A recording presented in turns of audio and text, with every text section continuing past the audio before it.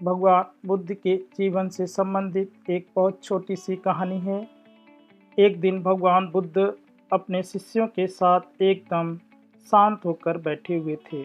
उन्हें इस तरह से बैठे देखकर उनके शिष्य चिंता करने लगे कि कहीं भगवान बुद्ध अस्वस्थ तो नहीं हैं। तभी उनमें से एक शिष्य ने पूछा कि आप इस प्रकार मौन क्यों बैठे हैं? क्या आप हम लोगों से कोई गलती हो गई है?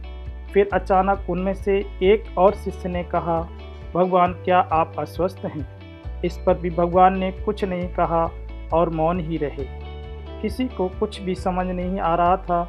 सभी ने सोचा कि भगवान को आखिर हो क्या गया है। तभी अचानक से एक हाँफता हुआ आदमी वहाँ पहुँचा। उसको भगवान के पास पहुँचने से पहले उनके शिष्यों ने उसे रोक लिया।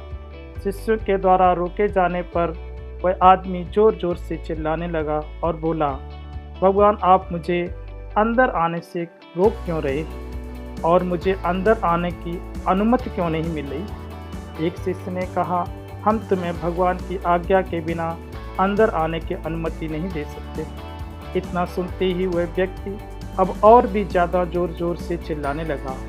उसके चिल्लाने से भगवान बुद्ध की अपनी आंखें खोली।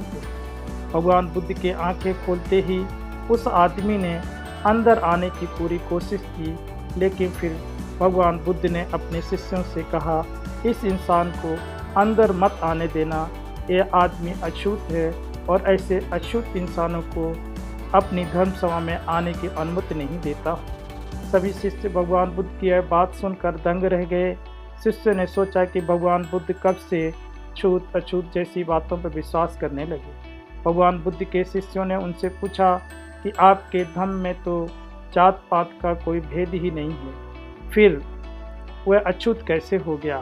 फिर भगवान बुद्ध ने समझाया, आज वह इंसान क्रोधित होकर यहाँ आया है और क्रोध से इंसान की एकाग्रता भंग हो जाती है।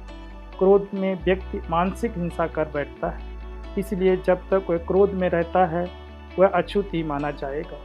इसलिए उसे कुछ समय तक एकांत में ही रहना चाहिए। क्रोध से भरा एक शिष्य भी भगवान बुद्ध की सारी बातों को ध्यान से सुन रहा था। अब उसे पश्चाताप हो रहा था कि वह समझ चुका था कि अहिंसा ही मानव कर्तव्य और परम धर्म होता है। उसे अपने किए गए व्यवहार पर बहुत पछतावा हो रहा था। वह भगवान बुद्ध के चरणों में जा गिरा और आगे से क्रोध न करने की शपथ ली।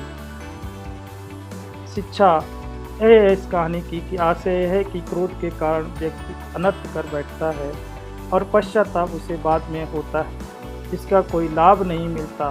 इसलिए हमें क्रोध नहीं करना चाहिए। असल मायने में क्रोधित व्यक्ति अछूत हो जाता है और उसे अकेला छोड़ देना चाहिए। क्रोध से तन, मन और धन तीनों की हानि होती है। क्रोध से ज़्यादा हानिकारक कोई और वस्तु नहीं है।